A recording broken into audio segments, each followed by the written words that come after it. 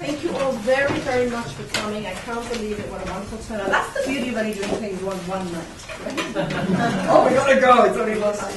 Anyway, I can't think what I'm going to say. I want to thank everybody for coming. I particularly want to thank Starlight Gallery for their space and all their help.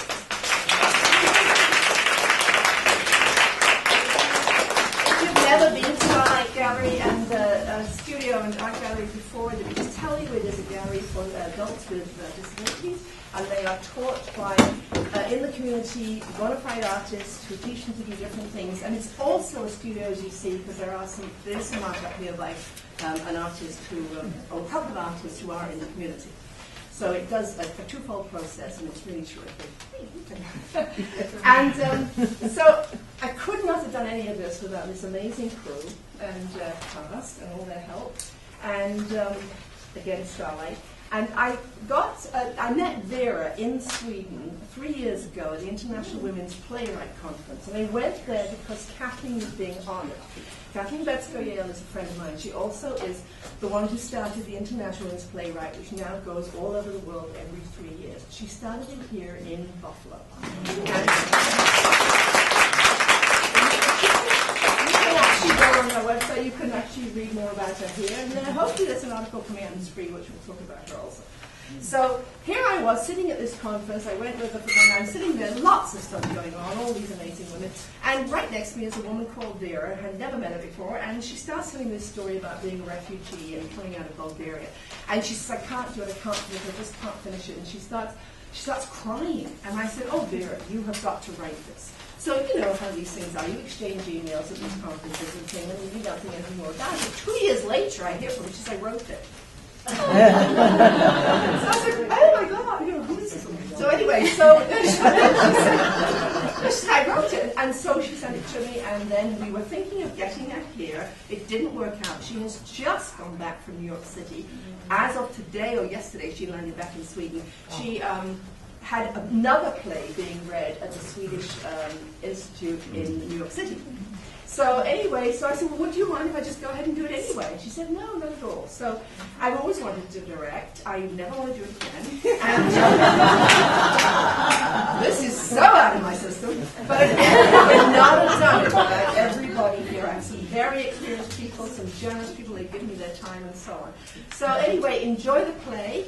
And afterwards to have refreshments. Now there is one very funny coincidence. When I went online to get somebody to document this for Vera, you put out this thing, you get all these people who come back to you, and lo and behold, this man says to me, are you talking about Rabbit on the Wall? And I said, well, yeah. And he goes, well, I have to tell you, I'm Bulgarian.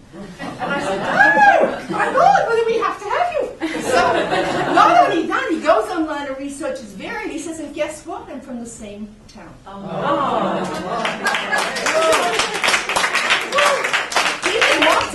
So he will just tell you a tiny little bit about what it was like, and he had a couple of relatives, I think, who went to prison because of the communist. Yeah, dobar večer. Good evening. Yeah, you know. So it was such a lovely coincidence what Jennifer just said, that Vera and I turned out to be from the same city and almost the same age. And I haven't heard the play being read, but it's probably going to ring some bells because I grew up in Eastern Europe and I lived through the last 19 years of communism. And as Jennifer just said, one of my grandfathers went to prison just because he was selling. I think the actual reason was he was selling like shaving supplies without the government allowing him. He ended up in prison for 4 years. Then my wife's great-grandfather went to camp for 10 years for just being a tax collector before communism came. You know, stuff like this. I'm lucky, though, I should say this. I'm lucky that when I was a kid, I didn't see it exactly because the tail end of communism was slightly different. It was a little bit more open. Yes, it was very restrictive. But it wasn't, I didn't see the point where you say 2 words and without a trial or anything you get sent to prison. I didn't see that, and I want to see how Vera has expressed this because she left when she was a kid. And it was different for everybody depending on who your family were. You know, it's different. So enjoy the play, guys, and I'm glad for all of you to be here. Thank you.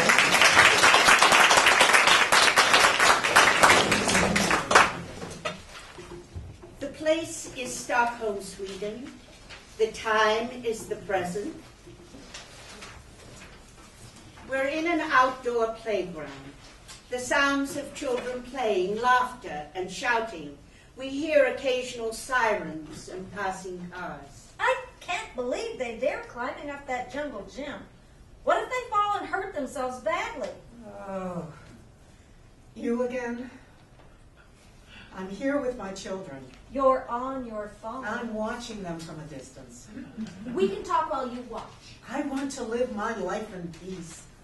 I don't want to be drawn back again and again. But it's important. Important? Yes, I want to understand once and for all. What's there to understand? A childhood is a childhood. I want to understand what happened. Why did they leave everything? Why did I become you? And why are you the way you are? Oh, just leave me alone, will you? I will. Afterwards, if you help me first. You mean, if we do this once and for all, you'll let go of me forever? All right, then. What do you want to know? Everything. Right. What do you remember? There once was a girl who loved flowers, bows, and princess dresses. She had the best mom and dad in the world. They were young and beautiful, stylish, and had lots of fun friends. The father liked fast cars and beautiful clothes, and the mother liked to drink coffee and chit-chat with her girlfriends. Stop! Ah, young and beautiful, you say, even stylish. Children don't talk like that. I do. They talk about what is fashionable and not. Hairstyles, clothing, French movies. I listen, and then I tell the children in the kindergarten. They don't know anything about fashion. All right, continue. A few minutes away, in a proper apartment on the 9th floor overlooking the city, and the Russian soldier Alyosha's Hill, lives her grandma, grandpa, uncle, and his cute princess wife, Lenny. 70s classic. A newly married couple and in-laws in a tidy 3-bedroom apartment. They're the best people on earth, and they love the little girl more than anything. She has the perfect life. No, she hasn't. I am sick and tired of wandering around the same old, sweetened memories. It's because you never let me finish. Well, let's talk instead. Tell me your first memory. Sure. I'm 4. I walk hand in hand with Dad, proud as a peacock. I have my new spotted and flared pants on that Lenny has sewn just for me. I want everyone to see me in my stylish pants next to my beautiful dad. Where are you going? Errands? Daddy always has important errands. He floats a bit above the ground, so I have to trot alongside to keep up. He greets everyone very courteously, and he knows awful many people. The whole of Plovdiv. What does he look like? He has glasses, soft hands, and the most beautiful suits. They fit him like a glove. You're 4. What do you know how a suit should fit? Dad's suits are impeccable because they are tailor-made. You wanted to marry him. You always drew fluffy bridal gowns with puff sleeves and ruffles. No, I drew princess gowns. But yes, I wanted to marry him, for he's the best and most handsome. We also have so many things in common, like music and fast cars. I also love cars and recognize all the makes. Moskvich, Lada, Polski, Fiat, and that little car that Sia has. Trabant? That's it, Trabant. What about Mom? Don't remind me. She's already taken him. Can you believe it? She beat me to it. I just don't understand that. He went along because I'm much kinder. In the living room, Father writes at his desk. Now, shall I help you write your letter to Santa? Yes. And what shall I write first? A doll that can close her eyes and say, Mummy? Or new patent leather shoes? No. A gun. A gun? Yes. But why? To shoot you. In the tomboy with the character of a soldier. Not at all. He called me his scared little rabbit. Were you a scared little bunny? Nope. Though you were afraid of many things. Well, that jungle gym I'm afraid of, and when grown-ups are angry. But I'm most scared when Dad is driving us to the seashore because he loves to drive really fast. Besides that, I am not afraid at all. Why did you want to shoot him? I don't know.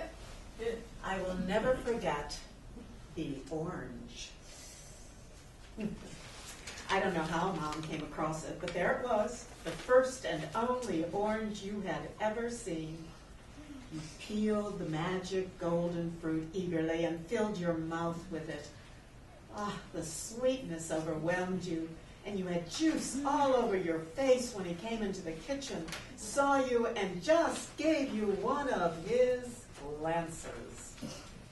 All of a sudden, I hated the stupid orange. I didn't know what to do with the half-choked bite in my mouth. I just couldn't swallow a bit more. In the kitchen, dinner is being prepared. Just act like you're a 25-year-old for once. Nobody your age wears vests or suits and ties on the weekends. Nobody stands up for elderly or kisses ladies' hands. No one behaves like you nowadays. Give me that key from it. You go and find yourself a party member from the factory if you want to be a rough, tough guy. You know, people wonder whether you're just an idiot or bourgeois. I'm so tired of constantly watching you back. You better hope that little Nadia isn't labeled the way you raised her. Give me that bread.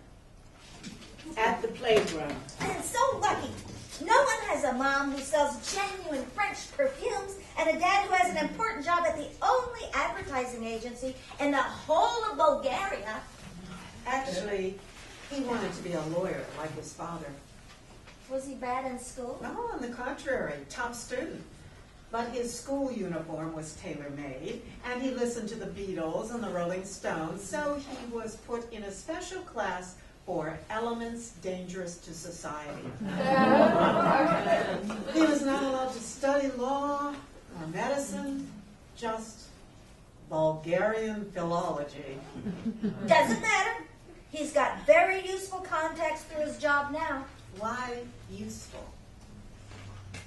Because he can buy nice things at fairs and on business trips, like my red West German velvet dress that makes a big impression. Do you like to make an impression? Of course. I am the most chic 5-year-old and loved it, Dad said. In the living room, Father has come home from another business trip and hands a gift to his wife. Darling, look what I got you in Burgos. You should have seen the queue. The big line I had to wait in just to get them. Pink sandals. Pink? Just how old do you think I am? They only came in pink. Come, feel the leather. Just feel it. Have you ever felt leather as soft as that? Mm-hmm. They're from Italy. Now, they will be great with your new gray suit. They're size 7. Well, they were out of 8 and 9. Now, they have an open heel and a toe. Anyway, look. Leather of this quality will stretch. How many times have I tell you, like, stop spending your money on things that you can't afford, and keep your pink sandals. She throws the shoes at his head. Here and here, pink 7, huh? You! Any other woman would have been overjoyed with a pair of Italian sandals. In the playground, I promised myself I will never, never be mean to my husband when he brings me pink sandals. Though it was very difficult to find the right words when my husband came home with a pair of ugly brown boots from a trip, but I remembered your promise. One could say, I kept it for you. I took the boots, smiled softly, and hoped he couldn't read my thoughts. What a pity. Good that you didn't yell at him, though. No, she was razor sharp, Mom. She's the cutest mom in town. Cute. Once she locked Dad out for coming home too late. Another time when he was taken by the police for his tight Western jeans, and she had to bail him from the station. She didn't speak to him for a whole week. That's not true. Yes, it is. And life at home? Great. We always have a lot of guests around, and everyone laughs a lot. Unfortunately, mostly at things that I don't understand. Although I listen really carefully. Also, we often go to restaurants and bars. I know of no other child that goes to a bar, just me. Doing stuff with my own kids today, I realized no one did this with me as a child.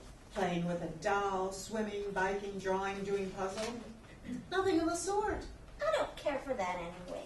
Grown-up stuff is far more interesting, especially broken hearts. Oh, and they fought constantly about everything. Don't tell me you don't remember the quarrels. You hated them.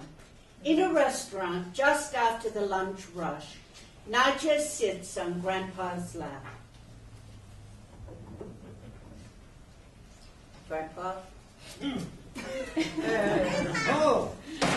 Oh, yes. Tell me, my little treasure, are Mom and Dad still fighting a lot? No, Not even the slightest? no, Grandpa, you know what? I need money to buy flowers, but it should be a blue banknote. Grandpa takes out his wallet. Did your mother tell you to ask for a blue one? Yes, she says the red ones are worthless. Here. A blue banknote with our dear Uncle Dimitrov on it. But just this once, do you hear me? And you tell your mother, if she ever teaches you any more of this nonsense, I will personally pull her ear. In the playground. I am really lucky because, you know, Grandpa's the best too. He's the most grown-up of all grown-ups. He's big and strong like a king. Mighty and powerful. Exactly. He knows everything and he controls everyone. He was known throughout the town as the boss, always with a gray suit and white shirt. He's actually a bit uncouth, I must say. Why? Dad says so. And I notice he yells at the waitresses and staff at his restaurant. Well, the one that yells is not my real grandpa anyway. And who is your real grandpa then? The one in the cottage wearing a sun hat, tank top, and with a cigarette dangling from the mouth. I really can't understand how the cigarette can stay by itself like that. When I try it, the cigarette falls down right away. You're right. In Iganitsa, he became completely different. There, he never yells. He almost doesn't speak. Well, he didn't really like people. Why? Well, some people don't like other people much. I love people. The more the merrier. The best weekends are when Mom and Dad and Uncle and Lenny visit us in Egonitsa. Then everyone I love most in the whole world is gathering around a small dining table on the porch. You jumped around in your underwear, acting like a happy little savage. Happiness bubbles and tickles me in the stomach. I just have to giggle and giggle. I'm afraid I'll explode with all that happiness and it'll flow out from me like a champagne bottle. I wish we could live together like this all the time. Back in the restaurant kitchen. Zabka, give me 900 grams of minced meat. You chop 300 grams of onion. Give me 2 slices of yesterday's bread and 2 eggs. Oh, thank God for the black market. I just can't understand it. He seems to know exactly how many sweets there are in the bowl, and he can tell right away if I take even one. He's not stingy, is he? No, not at all. As a restaurant manager, he had to answer for everything. Otherwise, he could be accused of theft, even end up imprisoned. Talking about food, the 1970s infamous food shortage. Tell me. Grown-ups constantly talk about food shortage. But you know, there's no such thing. Actually, there's plenty of food in the stores. The vinegar bottles, for instance, there are so many. They arrange them like a long rattling snake along the shelf. And same with the oil bottles and the salt on the shelf underneath. Though I find the spin towers with the tomato cans the most beautiful. By the way, Comrade Borisova has explained the sugar shortage. And why then? Because our comrades in Cuba can't produce enough sugar for the whole world, which I told Mom when she complained. I will make meatballs for dinner tonight. At least, So, first of all, give me a shot of rakia and 5 olives. at least you didn't have meat shortage. Grandpa sometimes came only to check the fridge and yelled that it was empty and that it was irresponsible with a child in the house. Then he would come with meat parcels and cooking instructions. I wish I had a magic wand Why? so I could wave my wand at everyone I love and make them like each other. Sweetheart, why are you crying? Oh, dearest little one. Bedroom late at night. Father and mother are undressing. Little Nadia is sleeping in the same room. Your father. I cannot stand your dad constantly telling me how I should live my life. Spend my money and take care of you too. Yeah. You know what I dreamed the other night? I dreamed that you and I made love. Suddenly, I see your father standing at the foot of the bed watching us. Then he starts giving me advice on how to do it properly. Like a real man. It's because he cares. It's the way he's showing his love. Yes, food, money, control. That is the only thing he has in his head. Hush, said you hate her. I'll speak as loud as I want in my own home. Oh, in the house you got from him, yeah? My father's an involved parent like your mother. She didn't even notice we were dead. She only cares for herself and her operas. Is she any better? At least she has a university degree and a career. The only thing your mother does is stir the pot and wave the feather duster around. She takes care of her family. What about your two uncles then? Deadbeats, married, divorced more times than one can keep track of. What do you know about how a normal family works with the way you were brought up? Ha! In the playground. I love a picture Uncle has taken of you. How old might you be? 5? He loves taking pictures of me. You have Lenny's earrings, blonde wig, nightgown, and purse. They're looking straight into the camera with a serious expression in your eyes and a hand on your hip. It's one of those nights when I'm afraid I'll explode with happiness. How come? I love sleeping over on the ninth floor. Grandma's cooking dinner. I play with Uncle and Lenny in the living room. We pretend that I am the famous singer, Lily Ivanova. The more I wiggle my butt, the more they laugh. In the end, both Uncle and Lenny are laughing with tears. That's exactly what I meant before. You never had this at home.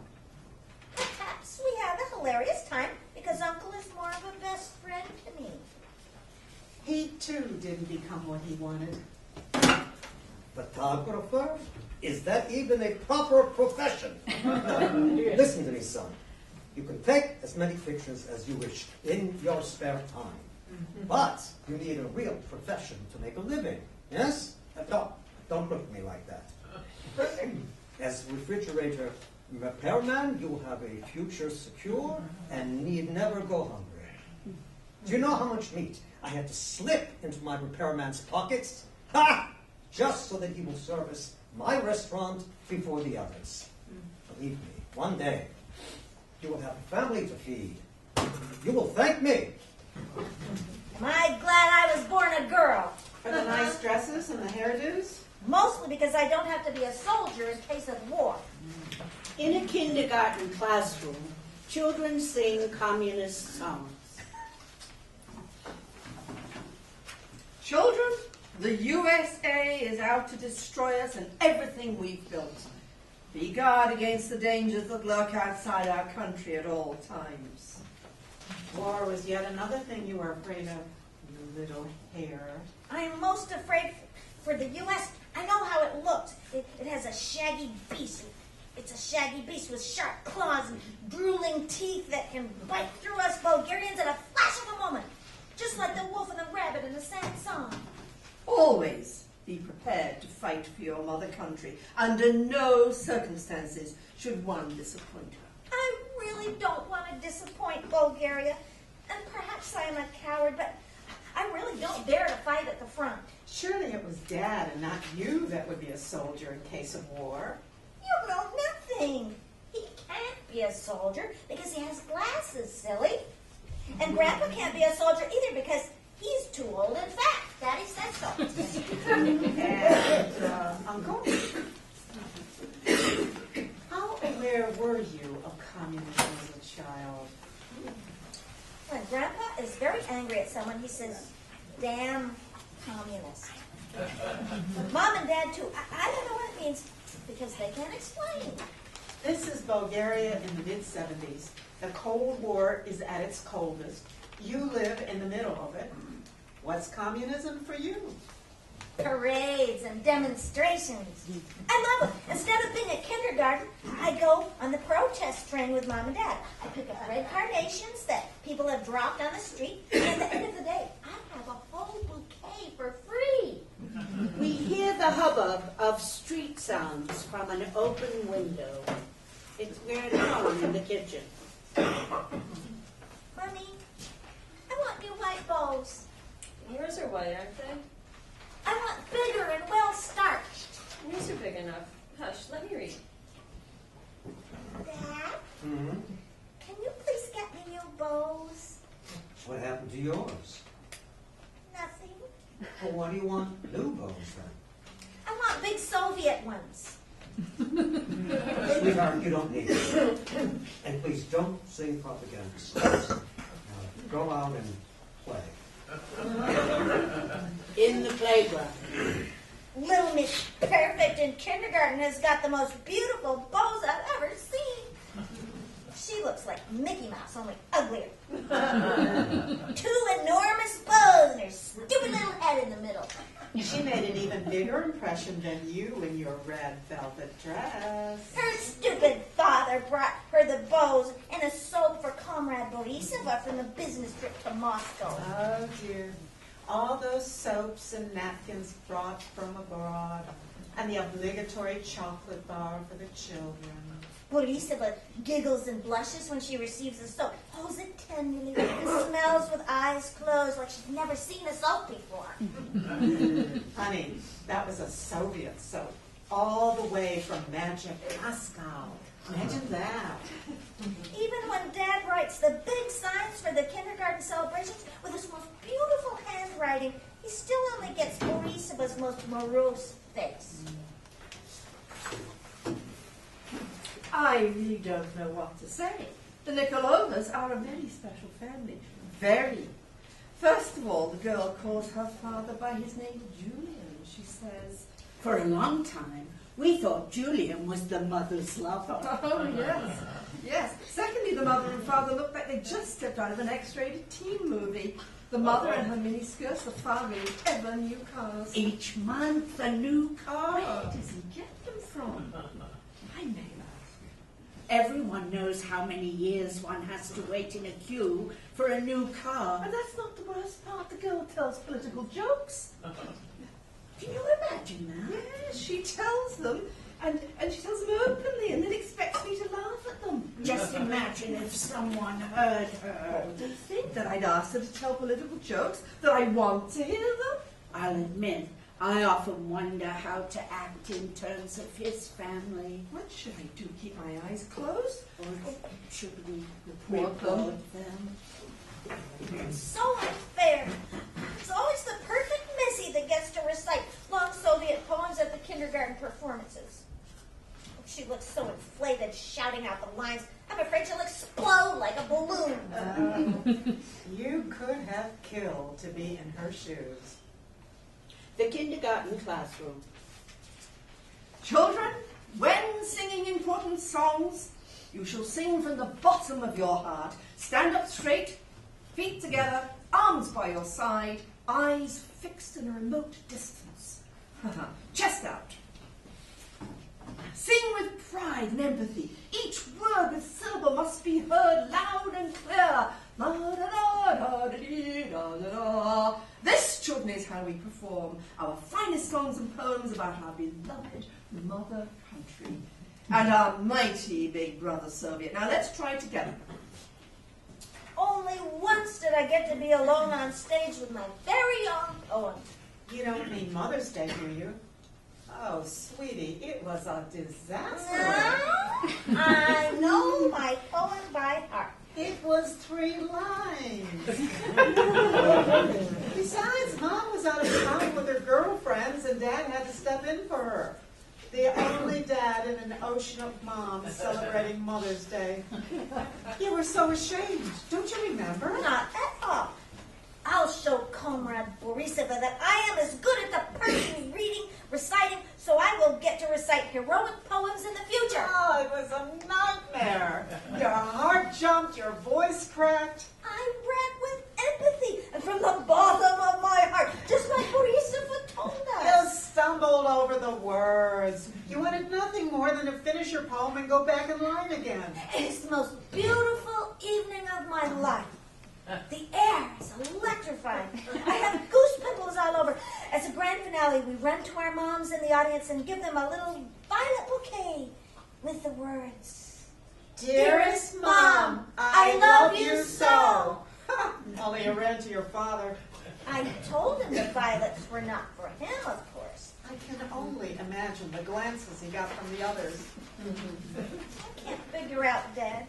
He's 4 different dads in one. One at work, one with friends, one with Grandpa, and one at home. That's a grown-up thing.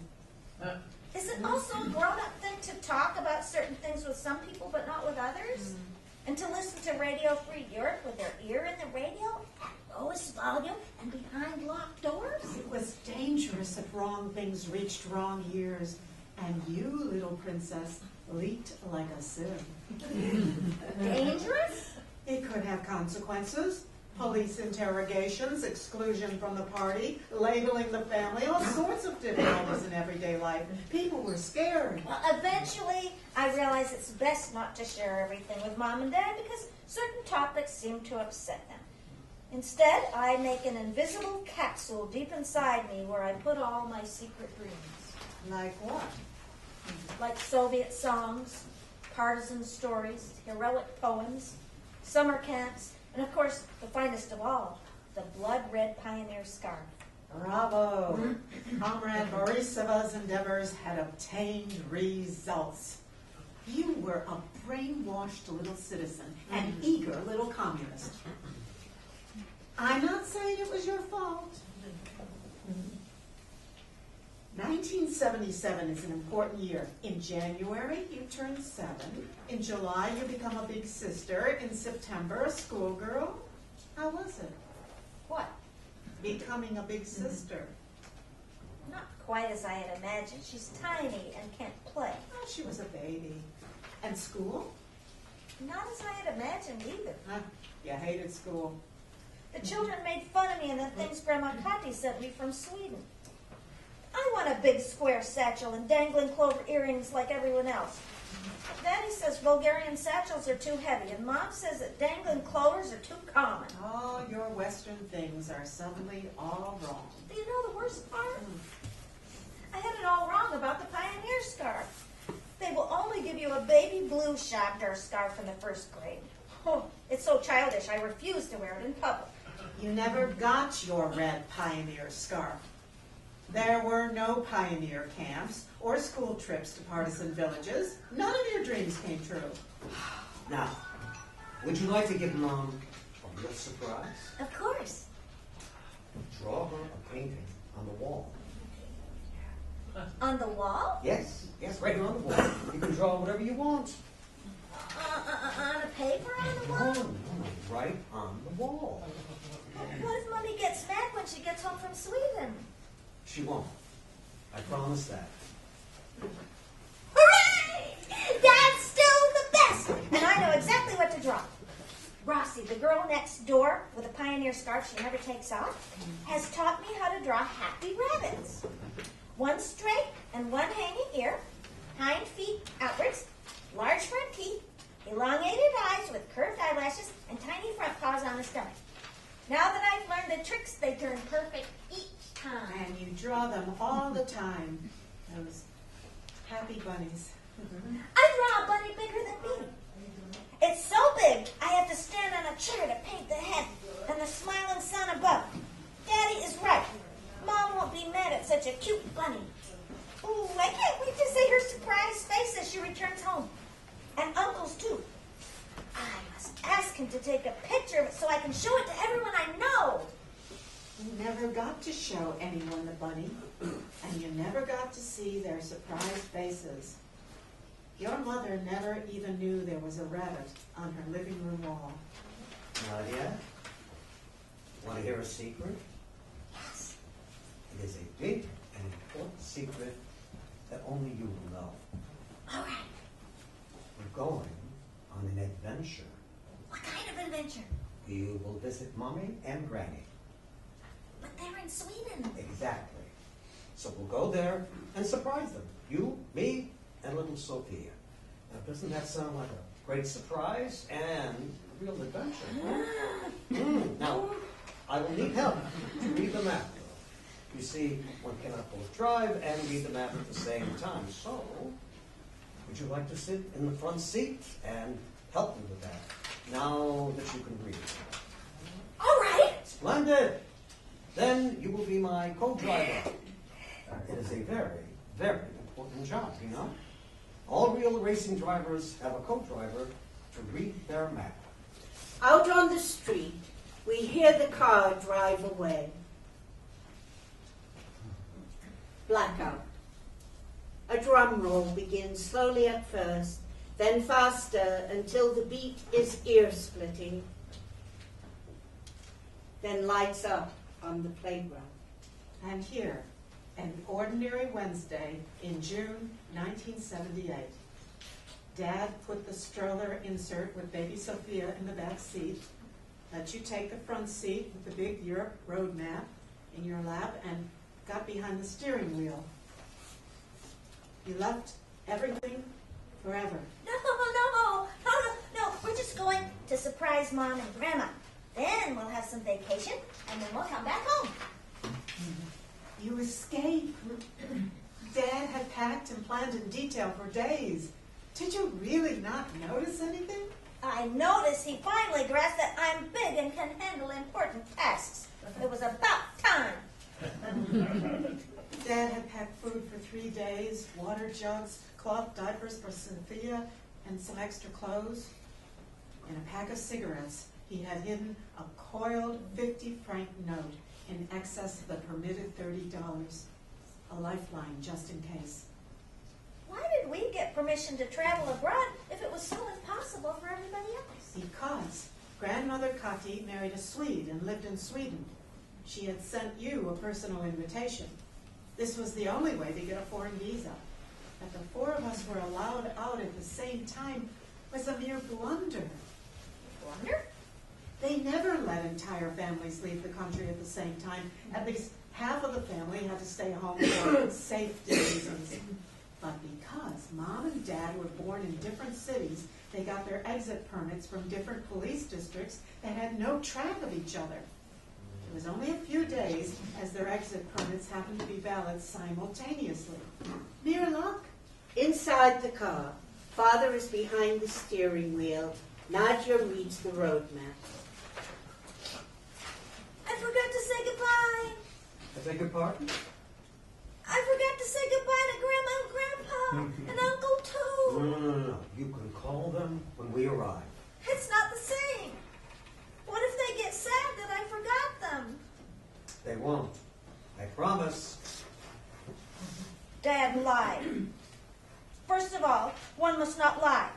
Secondly, I know Grandpa will be sad. Perhaps also worried that we're going so far away. You are absolutely right. But this was an exception. But, firstly, one has to say goodbye properly. And secondly, we would not see each other for weeks. What kind of person are you if you forget to say goodbye to those you love the most just for the sake of a little adventure? But the distance to Mom shrank. You had missed her so much, her smell, her warmth. The two things I want most slide in opposite directions. I want to be with Mommy and Grandma in Sweden, and with Grandma and Grandpa in Plovdiv. I want both things at the same time and just as much. Oh, your heart split in two. All those years it has sprawled in opposite directions. Must have started right there in the car. Dad is sitting in the seat next to me, and yet not. And little Sophia, we were close to each other, and yet far, far away. 3 universes in the same car. If Dad thinks he drives like a racing driver, he's wrong. He drives like a maniac. I have to hold on to this seat really tight and look at the road all the time. And he doesn't listen when I ask him to slow down. How frightened you must have been. Without even looking at the map, I know when we are approaching a border. How? Dad, he arranges his hair and shirt, cleans up the car from crumbs and napkins, and tells me to behave myself, though I have not done anything wrong. I can't understand him. I admit the border guards look like wicked fairy tale wolves with hairy hands, deep voices, wicked eyes. Perhaps he's afraid they'll eat us alive. But they can't, can they? At the East German border, Alles und alle raus! Nadia, honey, wake up now. You have to get out of the car for a while. Is it Come on. Morning already? No. We'll soon get to sleep again. They just need to search the car first. Why? Shh. the car is searched and stripped down by German guards. What if they send us back? What will happen to Lydia and the girls? Oh, dear God, please help us. Our lives are in your hands. Thy will be done, good Lord.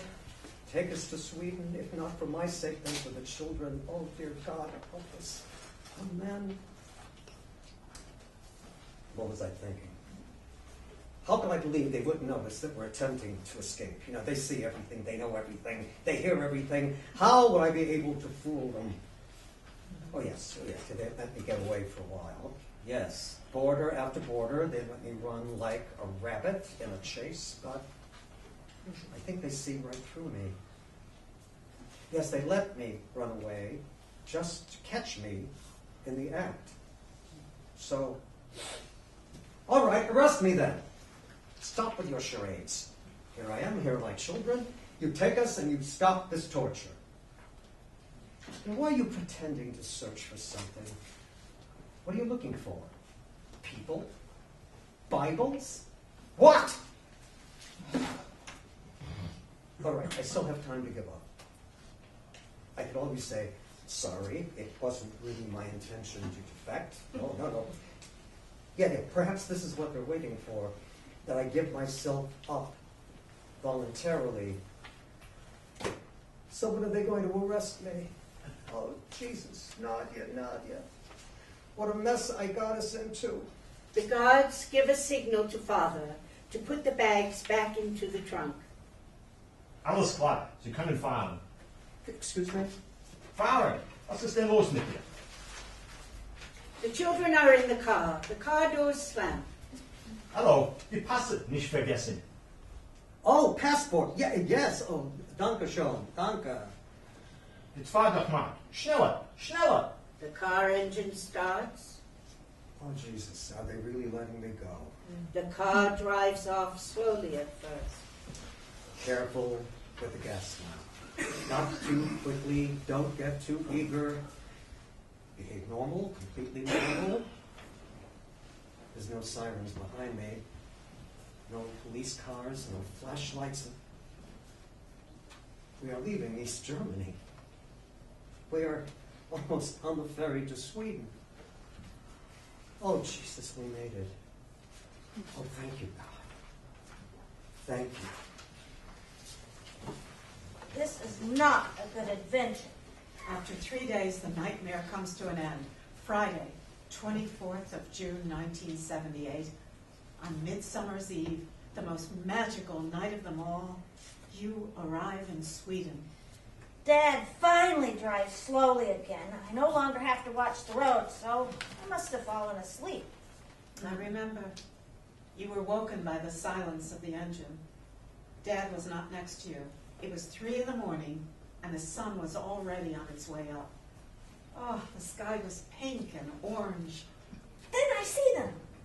Mommy, Daddy, and Grandma Katya in an embrace as a single body with one large head and several legs. So this is it? This is Sweden? When I start walking towards them, Mom sees me and comes toward me with open arms. Though she smiles, her cheeks are wet with tears. Is she happy or sad? Then she hugs me like she never does, really long and really hard. Oh, my imagination, or have you changed in just a week? Do you understand where you are now, little one? Do you understand what just happened? We succeeded, my treasure. All four of us slipped through. Who could have imagined? But now what? We can't go back. Perhaps we can't stay. What have we done? My God, what have we done? The sounds of children playing. Sweden is all crazy. They have a real king and a real queen, and they live in a real castle, just like in the fairy tales. All stores completely packed with food and foreign stuff. And yet, there's no line anywhere. And this is the craziest part. They have candy shops, and all sorts of candy from floor to ceiling. I honestly didn't think it was possible there could exist this much candy. I can't understand how the Cubans managed to produce this much sugar. I asked Dad to photograph me outside the shop to show Uncle when I get home. Otherwise, he will think I'm exaggerating. You didn't get home. How did you find out you were going to live here anyway? Why don't you answer? They said nothing.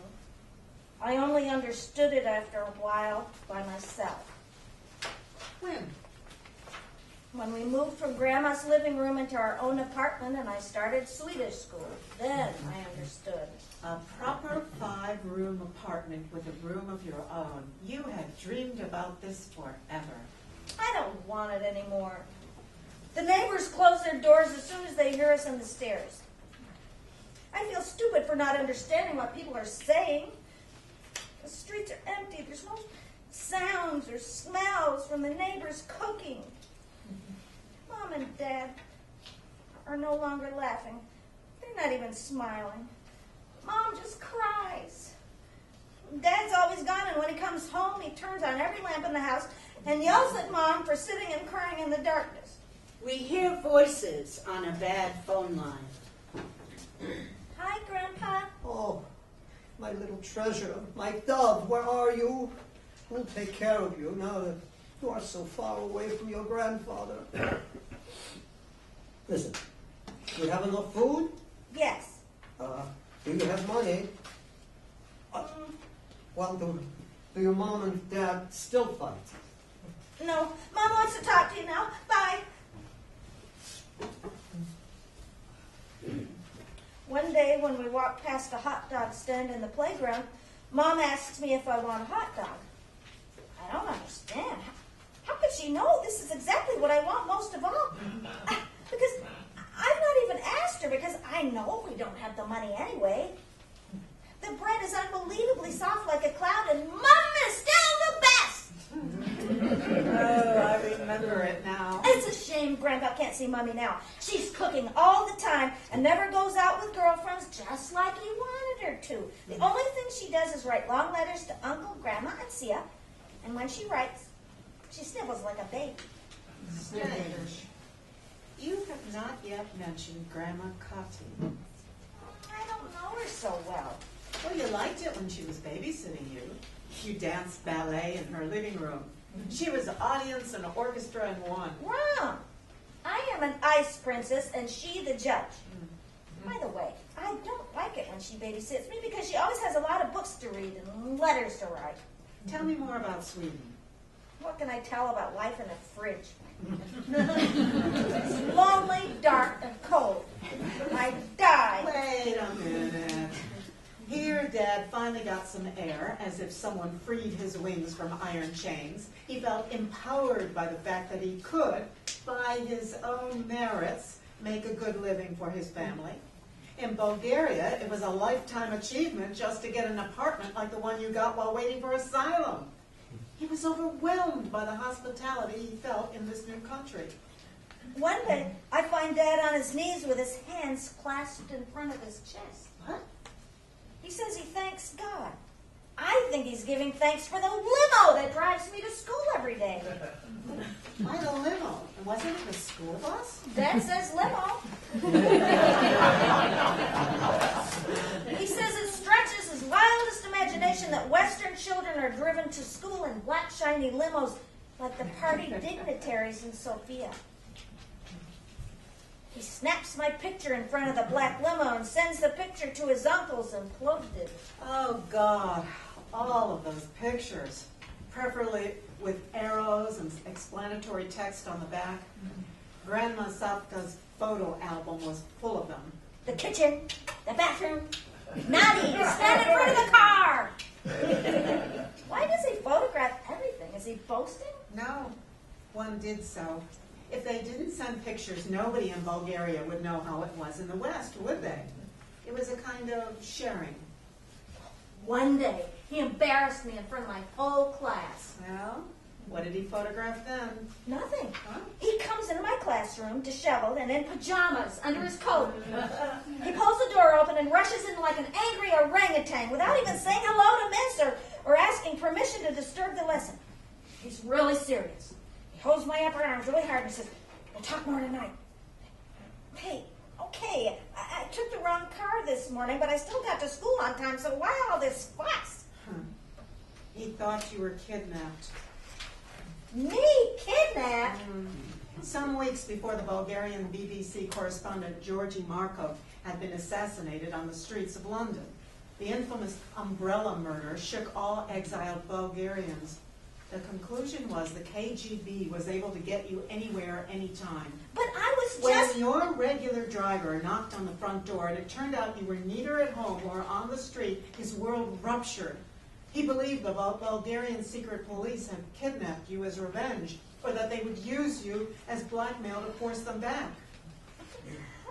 I wish that the moon was an angled mirror so I could look up at it and see Grandma Savka in Bulgaria. When I am in school, I wish Grandpa would come flying down from the sky and rescue me! Oh, you hated everything for years. I'm thinking about when you began to thrive in Sweden. Was it in 5th grade when you became friends with Charlotte? I may play with Charlotte only when her best friend Irene is ill, but it's okay. I love Charlotte. I wish I could crawl into her skin and become her. In the 80s, the worlds are slipping apart. It got harder and harder in Bulgaria and better in Sweden. Dad and Mom advanced by leaps and bounds, bought a nice house, a new Mercedes, sent us to private school. Dad's business did well. Mom became a full-time housewife, and we went on holidays to the French Riviera. Mom and Dad sent money and clothing packages to Bulgaria. And pictures. A lot of pictures. Cars, hotels, pools, panorama views. Do you remember the Pioneer Scar? What pioneer scar? Father drives the car home from school. You lucky thing. You'll be the first to go back to Bulgaria. Huh? This summer. I'm sending you to a youth camp in Bulgaria. Youth camp in Bulgaria? Why? Don't be afraid.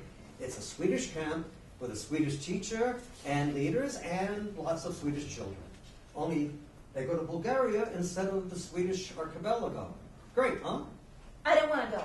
Hey, it is safe, I promise. And if you're lucky, Uncle and Aunt Lenny can come and visit you. You'll get to meet them after all those years. And Mom and I really envy you, you know? I hate summer camps. You needn't be afraid. I would never send you if it were dangerous. I'm not afraid. I just don't It want to go. is already decided. I signed up and told your uncle when you're there. Now, if you're lucky, you might even be able to leave the camp for a few days, spend some time with them. You are the first to return to Bulgaria, 1985, before the Glasnost had even begun. Nothing is as I remember it. What did you expect? Everything is so worn, so gray, so small. I don't understand. This is what I've yearned for so long? But Uncle and Lenny, Grandpa and Grandma, your cousins? I don't recognize them at first. Everyone is so changed. When Uncle begins to cry, I don't know what to say or do. Everyone is someone from another life. I have a vague memory from Korkom. I have Swedish money, so we can shop there. The sarcastic clerk enters my passport number into our files, while Uncle is standing small and quiet behind me, like a shy child. This was not his territory. Corcom was only for foreigners, such as you, with foreign passports paying in foreign currency. I remember the magic and abundance from when I was there with Grandma Cotty as a child. And now? A few dusty liquor bottles, 3 dreary perfumes, and some chocolate bars scattered on the empty shelves. I don't understand. What? Where is all the magic gone? When I turn to Uncle, I see the glow in his eyes as if he sees something I cannot see.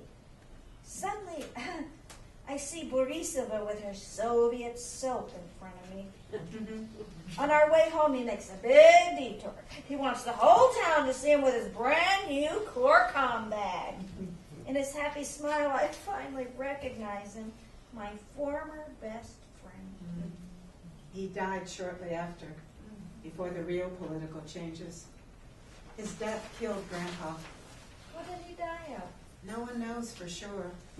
Perhaps the asbestos in the refrigerators he prepared all those years. The last time I see Grandpa, some few years after Uncle's funeral, I don't recognize the little old man in black. He has shrunk. It's as if his whole persona had left along with his tears. He doesn't even seem happy to see me and my little baby that I came to show him. It's like he doesn't care for anything anymore. He reminds me of King Lear. King Lear? His entire kingdom slipped through his fingers. Children, savings, dignity. In the end, he didn't even have enough money for food, heating, medicine. In the end, my old dream came true. Which one? That he and Dad would like each other. The last time we were in Plovdiv, they talked peacefully for hours. It's beautiful. And now, Dad fills his fridge with food. Well, it was not exactly an intimate conversation. It was all about his last will. You're wrong. They reconciled. Why else would Grandpa give his beloved childhood cottage in Egonitsa to Dad, to him, and him alone? Pretty ironic, really, that same cottage he once hated. Now he mends the fence in his sun hat and tank top while his grandchildren, Sophia's and my children, are chasing the neighbors' hens, behaving like wild ones. Like me in the old days. What happened to the rabbit on the wall? No idea. I guess it was painted over eventually. I wonder how it looked. Have you got your answers now? Would it have been better if we had stayed? Still today, Mom asks this very question. Would it then? Everything would have been different, but not better. You saw for yourself how it really was. I didn't want Sweden. I know. You have refused your whole life. I never understood what I had against Sweden, even as an adult. It was always too cold, too dull, too dark, I don't know, too empty. I always longed for something else, somewhere else. Now I understand. It was you. It was your refusal I carried inside all along.